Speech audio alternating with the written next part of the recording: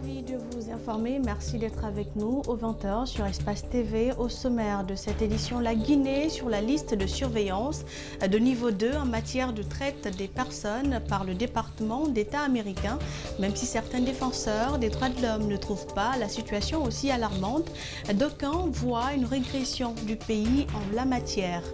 Comment les gendarmes doivent convenablement manier les armes, une préoccupation de la Gendarmerie nationale qui a initié une formation pour un renforcement de capacité selon la loi L0029.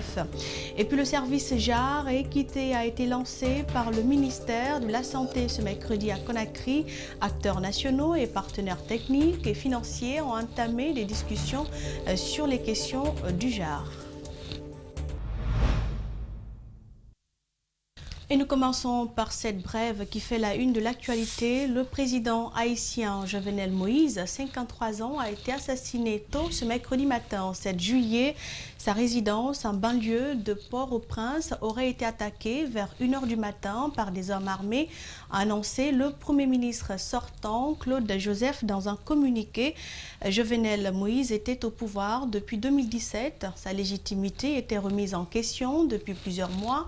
L'opposition et la société civile réclamaient de nouvelles élections. Le président avait préféré organiser en juin un référendum sur une nouvelle constitution en raison de l'épidémie de Covid-19, en même temps qu'une présidentielle et des législatives. Le Premier ministre sortant appelle aussi la population au calme, indiquant que la police et l'armée allaient assurer le maintien de l'ordre. Sur le chapitre des réactions, l'évaluation de la Guinée par le département d'État américain en matière de traite de personnes est perçue comme une légère régression du pays par plusieurs organes de défense des droits de l'homme. Pour Maître Pana Emmanuel Bamba, être sur la liste de surveillance de niveau 2 ne signifie tout de même pas que le tableau est tout noir. Djene Bemba Koulibaly pour le décryptage. De la déscolarisation des enfants à leur emploi dans les mines en passant par leur exploitation par certains maîtres coraniques, la lecture qui se dégage du rapport des Américains est un état stagnant de la Guinée sur la protection des personnes, selon Maître Emmanuel Bamba. Le rapport a fait un constat qu'il y a eu des efforts qui ont été fournis par notre pays par rapport au financement de certaines structures qui sont chargées de la lutte contre la traite des personnes. Ce rapport a également fait état de ce que notre pays a consenti des efforts par rapport à l'identification et au rapatriement, par exemple, de certaines victimes qu'on a localisées à l'étranger. Concrètement, en matière de traite des personnes, le placement d'un pays sur la liste de surveillance de niveau 2 traduit-il l'inefficacité de celui-ci à protéger les personnes vulnérables, notamment les enfants. Il n'y a pas de quoi s'alarmer. Selon l'activiste, ce n'est pas un épinglage. Ce niveau 2 n'est pas tellement lamentable. Autrement dit, on ne doit pas s'alarmer du fait que nous soyons à ce niveau-là parce que le rapport est équilibré à mon avis. Donc si le rapport a fait état des efforts qui sont consentis et a recommandé à l'État guinéen de consentir d'autres efforts pour que la lutte contre la traite des personnes soit une réalité en Guinée, il n'y a pas une incrimination totale de la Guinée. Le président de la Ligue trouve néanmoins que les efforts fournis par les autorités guinéennes dans la protection des personnes doivent être élargis sur bien d'autres fronts. Les réseaux de criminels qui s'enrichissent à travers l'exploitation de ces personnes-là, que ces réseaux-là soient identifiés. Mais si l'État se préoccupe seulement d'aller secourir les victimes et les laisser à l'abandon, ça ne pourrait pas décourager les éventuels auteurs qui pratiquent ce type d'exploitation. Ce rapport du département d'État américain ne fait pas de la Guinée un très mauvais élève en la matière. Il rappelle juste l'urgente nécessité de redoubler les efforts dans le dit combat.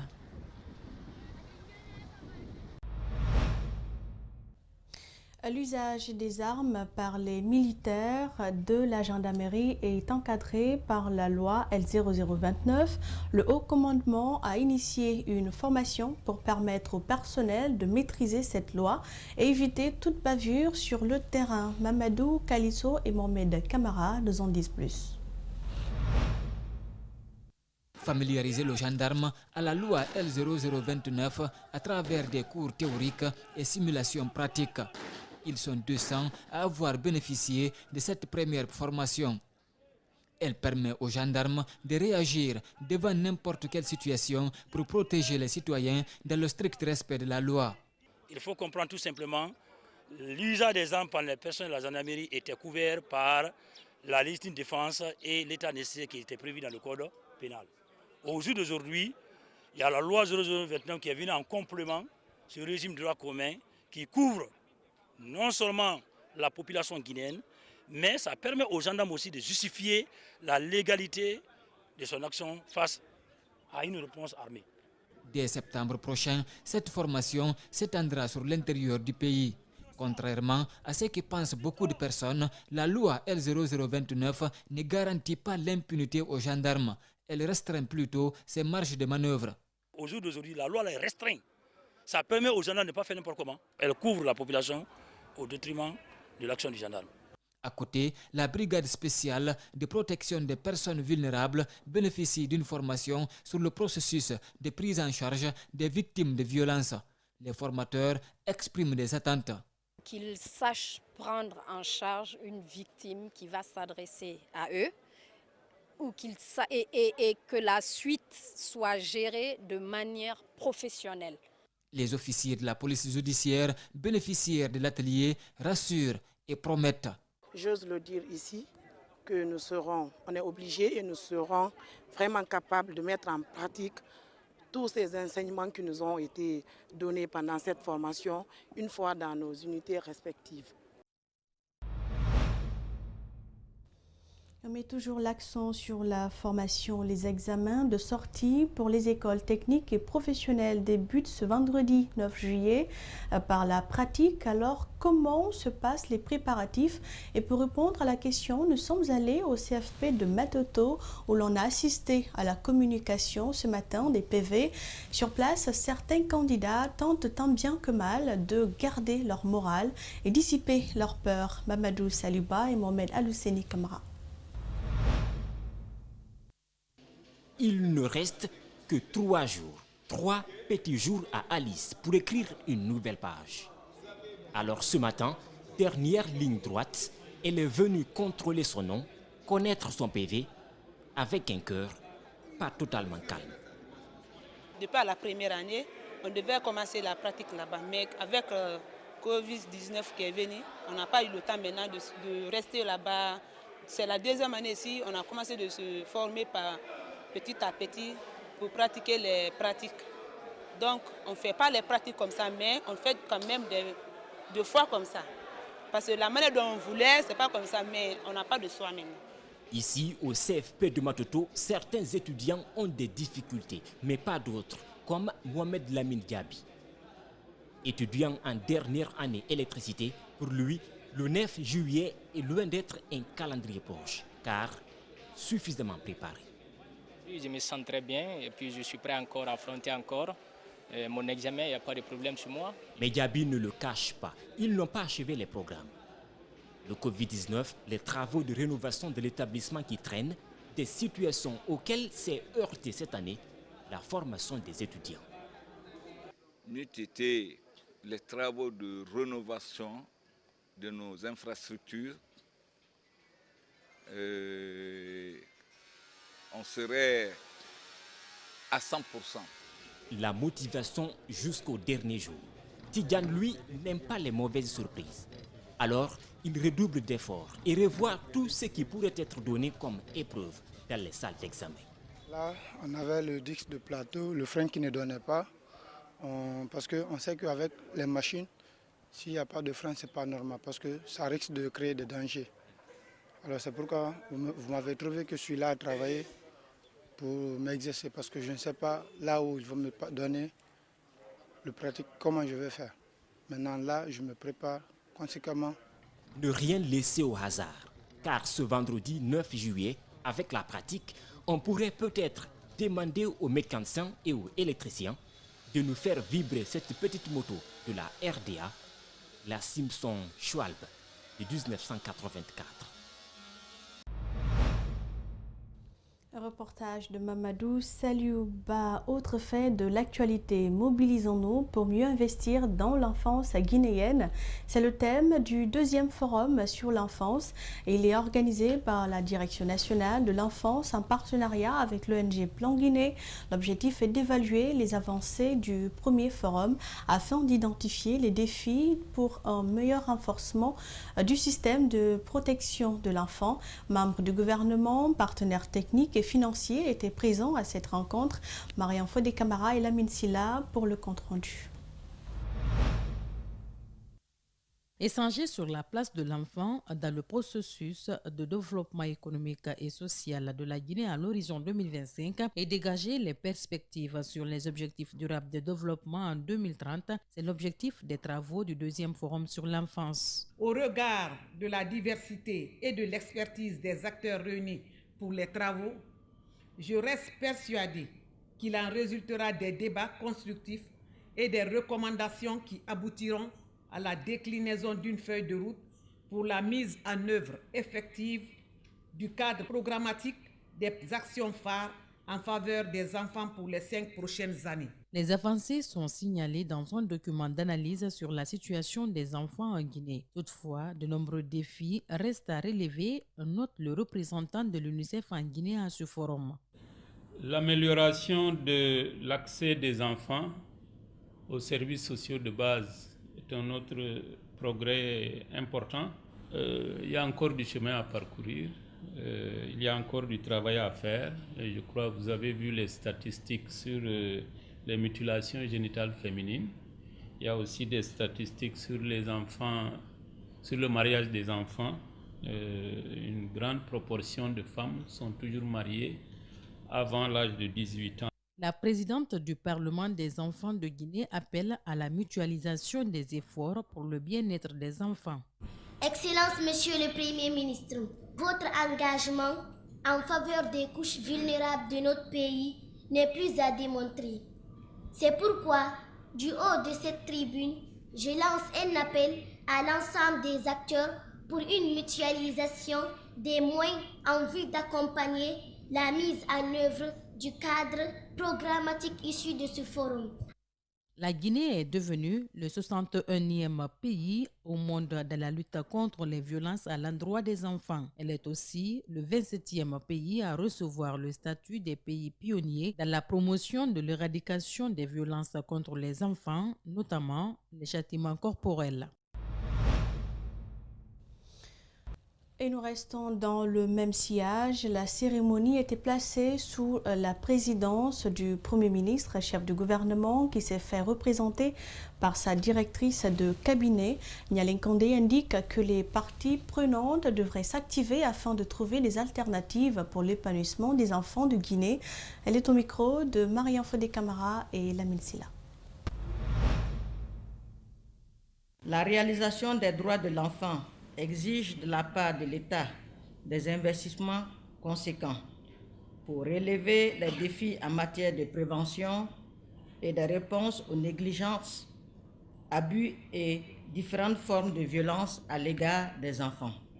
La problématique de la protection de l'enfant étant transversale, il est essentiel que tous les services publics concernés ainsi que les collectivités locales jouent pleinement leur rôle respectif dans la prise en compte de la dimension enfant, dans la planification ainsi que dans la formulation des projets de développement. Notre pays est fier d'être partie prenante à tous les instruments juridiques internationaux et régionaux relatifs aux droits de l'enfant et de disposer d'une loi spécifique sur tous les sujets touchant à la vie de l'enfant. Des propos recueillis par Mariam Fodé Camara. Autre fait de l'actualité, lancement du service genre équité par le ministère de la Santé ce mercredi à Conakry.